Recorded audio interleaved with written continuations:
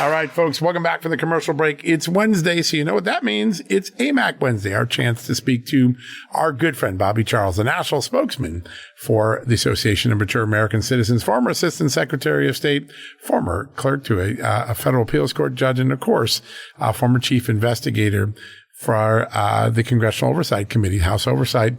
With that sort of resume, we got some fun things we're going to be talking to Bobby today. Bobby, great to have you on the show again. It is great to be on, John. It's, my God, the news just keeps coming. Yeah, it sure does. You ain't kidding. It is moving along, and there's big developments all day long. Let me start with accountability, because I think we're now beginning to see in the documents released on Arctic frost that there was this wide-ranging, super large investigation.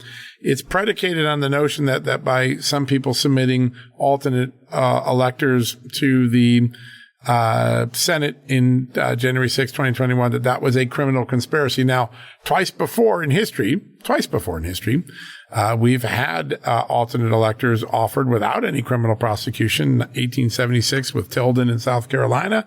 And then 1960, Kennedy had 2 slates sent up from Hawaii on January 6th, and they waited until after the vote count, and then they picked one of the slates, which turned out to be the Kennedy slate. Those people didn't get prosecuted. When you look at this Arctic frost thing, is it really a legitimate criminal investigation in your mind? Absolutely not, John.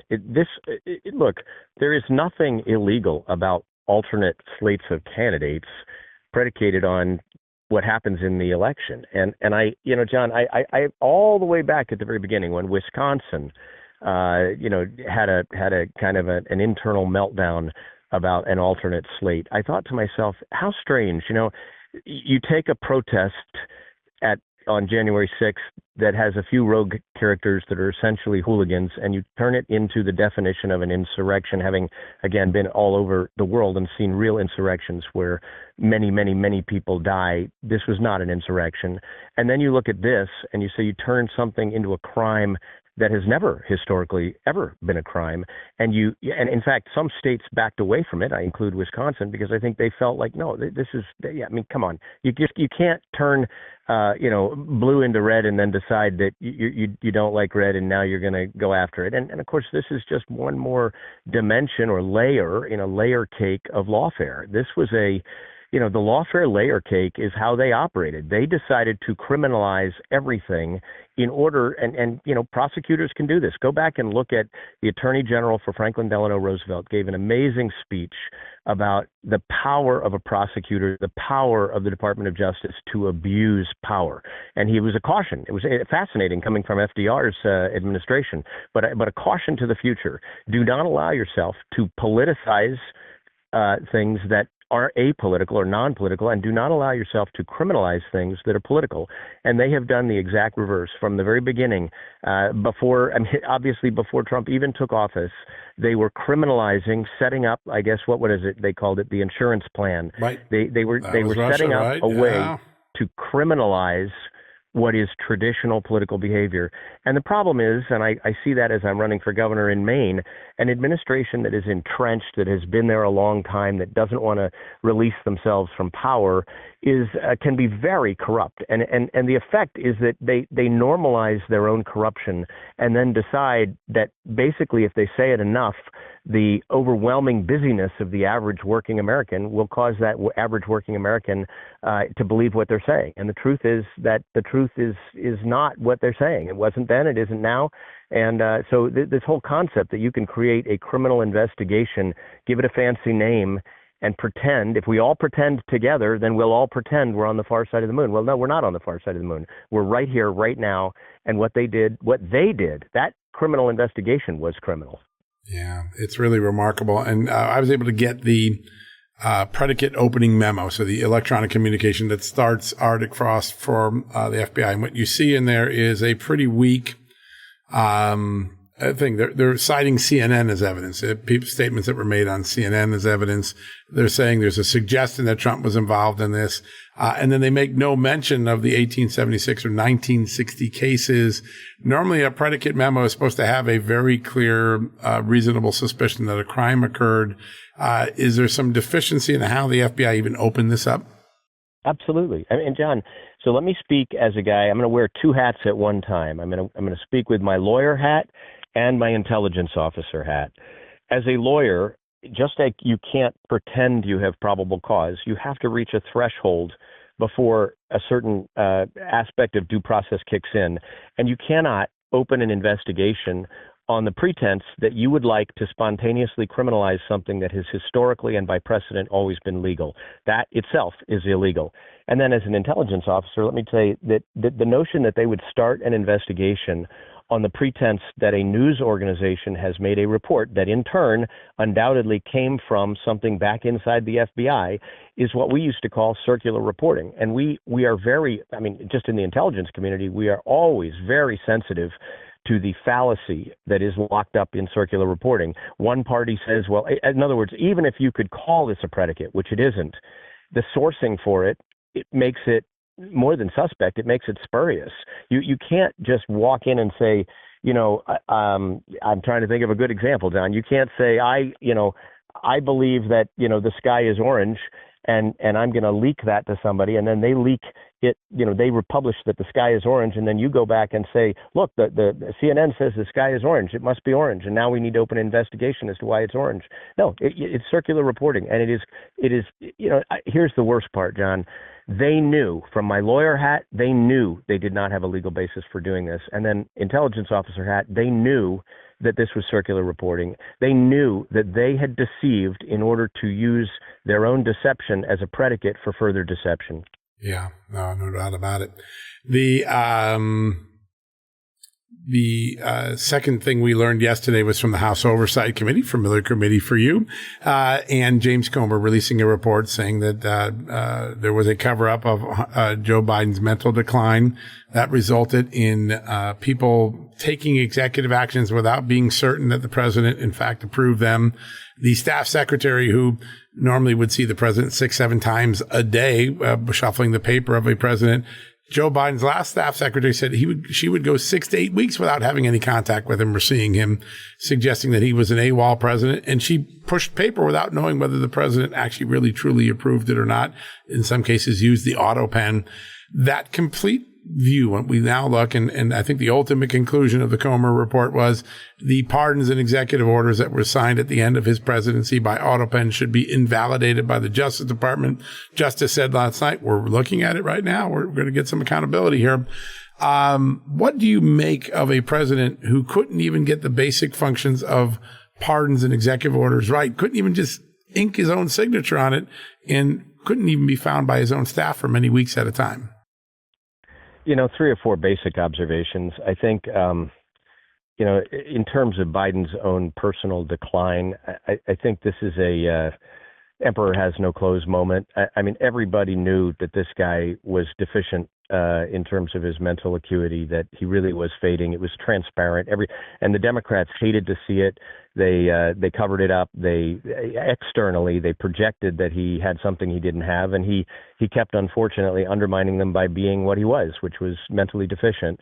Internally, having worked in 2 White Houses, it's an unprecedented to have an auto pen used without the president's authorization for a specific signing does raise the legal question about whether or not the documents that were signed by the auto pen without the affirmation of the president are legal. And I would say that the proper, probably turn of events here is that justice makes a determination, and if they believe there's enough evidence that these documents were signed without his consent, without his affirmation, or his.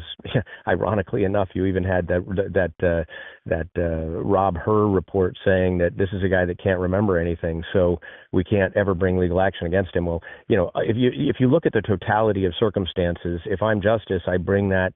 Now they can't make a unilateral determination, or they can, and then what they would potentially do is then have it go up to the Supreme Court, and the Supreme Court would have to make a decision. Is there or is there not a basis here for essentially vacating all of those pardons and grants? And they could go one of 2 ways. One is they could cite Baker v. Carr, which is an old decision that says judges don't like getting involved in political things. Or they could say, no, this is a valid precedent-setting question. And if there is not some affirmation that the president signed this, then the presumption is that he really didn't authorize it. And the only other counterpoint I'll throw out in this, and it is very different, is when Wilson was way back at the beginning of last century, when Woodrow Wilson really lost his capacities, and when FDR probably lost them in the end. My memory is that the wives played a big role in affirming or affirming that decisions would or wouldn't get made. I think we have let's put it this way: it's a murky historical issue. But the difference between those and this one is that this appears to have been intentional deception by those that were not close to the president, with the result that you have a basis for asking whether these are valid. Anything that he signed after a certain date without some other corroboration that it was his decision becomes presumptively illegal. Really remarkable. It really is. There's going to be some incredible history written in the days and weeks ahead. I can't wait to see where it goes. I want to turn to the shutdown. It clearly, Democrats are feeling the brunt of it. It's their shutdown. They're getting pain from unions now. They're getting pain from the people that they claim they represent in the real world, on people on food stamps and welfare and poverty. It seems as though Republicans have won this. Schumer has had a difficult time. And when Democrats fold, they may have opened the door for healthcare reform, because one of the education moments of the shutdown is Republicans have been able to show the only reason Dems are doing this is they need to keep giving subsidies to healthcare companies to keep Obamacare rates down. It's artificially suppressed. Do you think, first, handicap how the two parties played this shutdown? And then is there a license that the Republicans have given themselves to fix Obamacare in a real way, which is to stop subsidizing healthcare, get rid of the pension benefit managers, which grew out of Obamacare, and create a better healthcare system out of the Democrats' foibles? Yeah, so two excellent and incredibly important, actually, questions. I was sort of the staff director who was the opposite number for Schumer. I was the Republican who was leading at the staff level a lot of things years ago, like the Waco hearings, in which Schumer was the opposite number, and he was a very aggressive, theatrical, and high risk, high reward kind of player. He would throw down on things that you'd never imagine someone would bother throwing down on. And of course, the media loved all the theatrics. I will tell you, this is probably the stupidest thing I have ever seen Chuck Schumer do. What has he done? He has essentially, they're losing. They've been losing. They were losing on the merits on things like the NPR funding, and they lost on the merits there, and they've lost on the merits when it comes to Obamacare, and most Americans know it. Their deductibles are too high, their premiums are too high, it doesn't work, socialized medicine is failing. And so what does he do? He's like a gambler at the table. He takes all of his chips and he puts them all on one square, and he's going to call it the shutdown square, and he's going to supposedly generate enough interest in the issues and be able to cast enough blame on Trump, given that everybody, you've got half the country that's got this Trump syndrome. He imagined that he would win by blaming it all on Trump and picking two very, very radical left-leaning issues to be the reason for the shutdown. What's happened is he's come up with all low cards.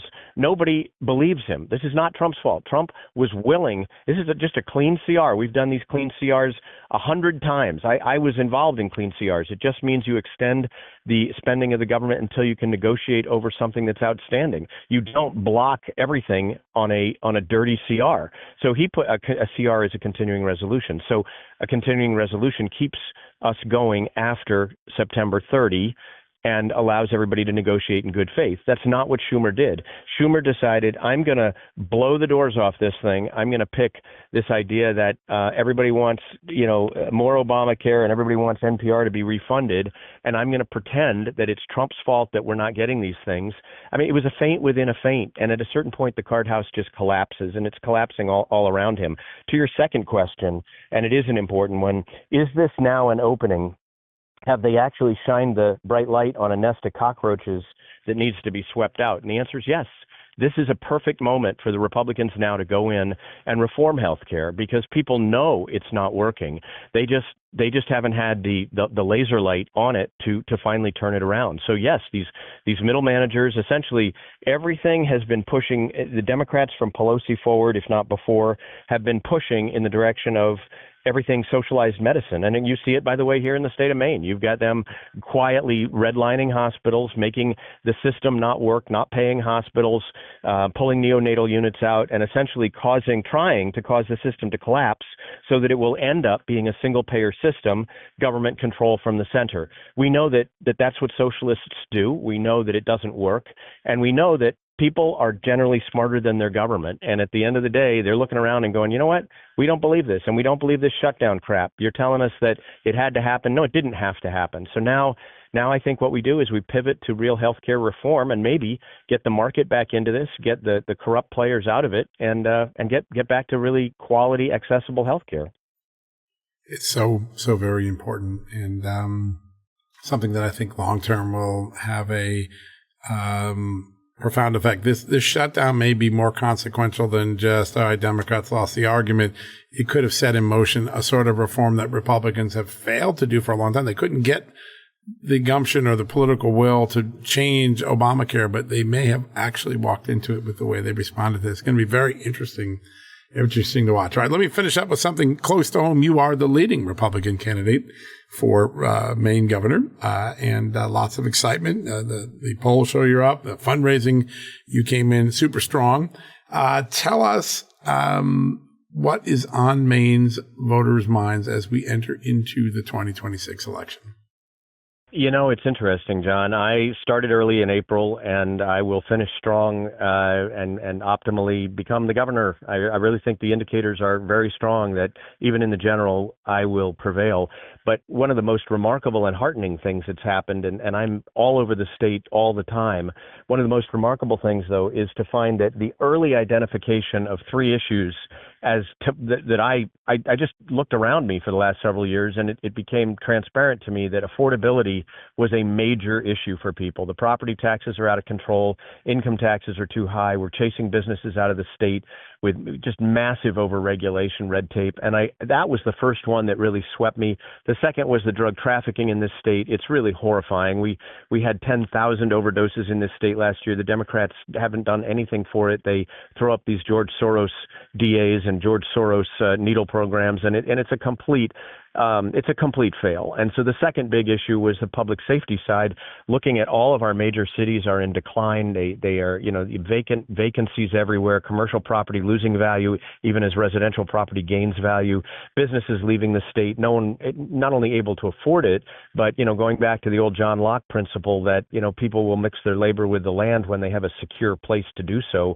We do not have a secure place to do so. So that was the second big issue, public safety and drugs. And the last one was education. And we have come in somewhere between 40 and 50 in every major survey, including 50th on reading and math in the country, and it's a disaster. When you have kids who are in fourth grade who can't read, they are on track for a life of either crime or dependence. They are not going to have the prosperous life that I got out of a public education in Maine. So those three issues, literally the affordability question and getting taxes down, and I'm going to eliminate the income tax and roll back all the mandates that are going to allow us to cut property taxes, allow towns and counties to cut property taxes. I am then going to literally drive these drug traffickers out of here. I think on paper it looks like within 24 months I'll be able to get them all out of here, and then we pivot and we get this state back to sort of a get well, stay well program on addiction. And then finally we rebuild our school system, get the indoctrination out, get the education back in, and have much greater parental control over what's happening. They have literally perverted these fundamentals in a way that almost no state in the country has, except maybe California. They have just taken this so far hard left that a reasonable Republican showing up who has a record for can do is obviously the better choice. I will add that there's a fourth issue that has just washed over us. And John, funny that you and I talk about public corruption so often.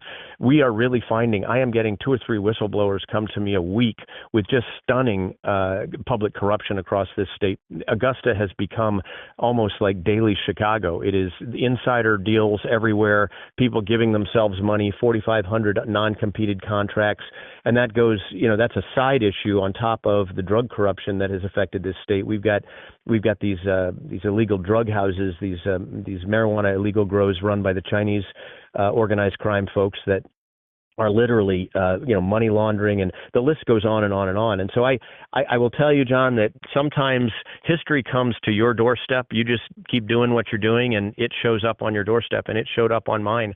I think Mainers are absolutely sick of these things. They are ready for a change, and I am the guy, frankly, that has not been part of this process for forever. I was not, I've done some great things in life and solved some big problems, but I was not part of the legislature, and I haven't ever run for anything before in my life. And my attitude is, you know what? We got to fix this. If I have to be governor to fix it, that's the way we fix it. And by God, everything I say, I will do. And I think Mainers want that. They've been waiting for that. So I think that explains where we're at. And that's everywhere I go, all the way up. I'll be up in Caribou tomorrow. I'll be down in the southern part of the state today. Everywhere I go, I hear the same thing over and over again. Thank you, and please make it happen. Be true to your words. Say what you mean what you say, and do what you say. And that's all people want now. And I mean, that's the lesson of Milei. I mean, people thought, Milei will flame out quickly in Argentina, but he did exactly what he promised the people to do, and he just won a landslide in the midterm elections, which defies, the normal conventional wisdom. I think Maine is craving for something. But, I think they're craving for the kind of decisiveness that President Trump represents and that Ronald Reagan represented, and that people like historically Theodore Roosevelt, Abraham Lincoln, they're looking for someone that will literally say, you know what, you see the world the way I do, you know what we have to fix, you're qualified to fix it, and you will fix it. Thank God, let's do it.